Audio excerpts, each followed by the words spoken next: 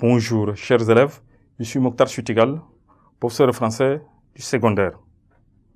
Heureux de nous retrouver autour de cette nouvelle séquence qui porte maintenant sur la lecture magistrale du texte intitulé « Le jugement ». Les deux époux allèrent donc se coucher, chacun de son côté, comme chaque soir depuis cette nuit de malheur que Golo et sa tribu d'enfants gâtés, ignorant sans doute les conséquences de leurs actes, ou s'en moquant tout simplement. Ce qui était beaucoup plus probable car les singes savaient tout ce qui se passait chez les hommes et avaient employé à saccager le champ de pastèques.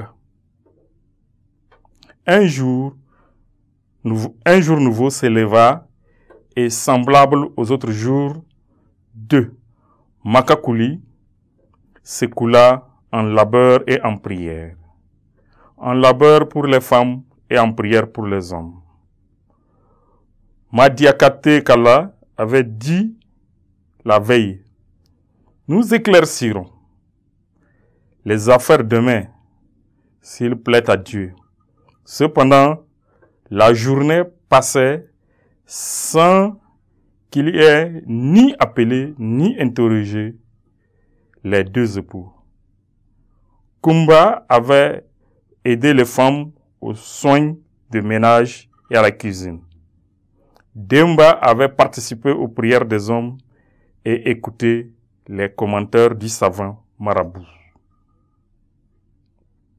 Le soleil, sa journée terminée, avait quitté son champ arrosé d'indigo où déjà, annonçant une belle récolte pour la nuit, poussaient les premières étoiles. Le muezzin, successivement aux quatre coins de la mosquée, avait lancé au vent du soir lisant l'appel des fidèles à la prière du crépuscule.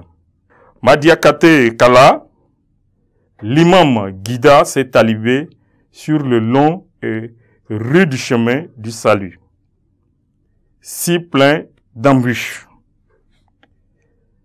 Les corps se courbèrent, se plièrent, les fronts touchèrent le sable blanc, comme du sucre.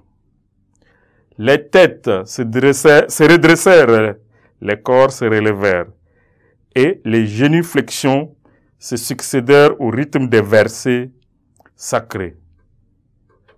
À la dernière, les têtes se tournèrent à droite, puis à gauche, pour saluer l'ange de droite et l'ange de gauche.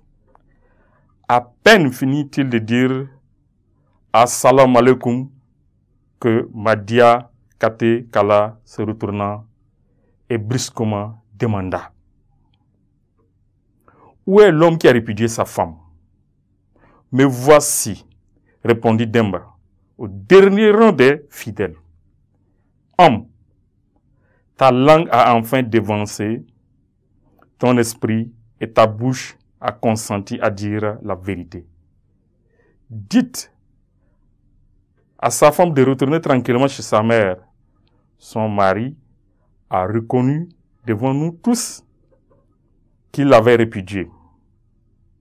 Voilà pourquoi, dit Amadou Kumba, l'on parle encore chez nous du jugement de Madiakate Kala. Pirago Diop. Et ce texte, l'autre intitulé Jugement, est extrait de conte d'Amadou Kumba et entre page 28 à la page 30. Je disais entre page 28 à l'autre, c'est extrait des contes d'Amadou Kumba entre page 28 à la page 30. Voilà que vous venez de suivre attentivement cette lecture. Merci pour votre aimable attention et à nous revoir à la prochaine séquence.